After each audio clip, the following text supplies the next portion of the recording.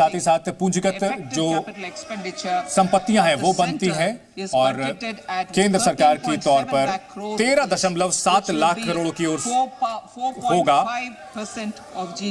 ये लगभग जीडीपी का 4.5% होगा।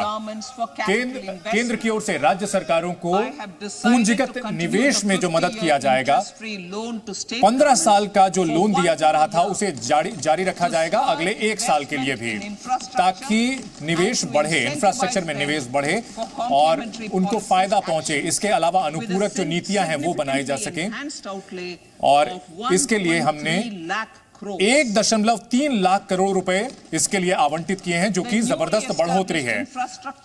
हाल ही में इंफ्रास्ट्रक्चर फाइनेंस सेक्रेटेरिएट की हमने स्थापना की थी। वो इन सभी हितधारकों को मदद करेगा ताकि ज्यादा से ज्यादा निजी निवेश आ सके, जिसमें रेलवे भी है। रेलवे, रोड, शहरी इंफ्रास्ट्रक्चर, इन सब पर निवेश आ सके और इसमें जनता को काफी फायदा होता है। इंफ्रास्ट्रक्चर से जुड़ा हुआ जो एक लिस्ट है, इसकी एक एक्सपर्ट कमेटी इसकी निगरानी करेगी और एक ऐसा ढांचा बनाया जाएगा ताकि अमृतकाल के हिसाब से इसे आगे बढ़ाया जा सके।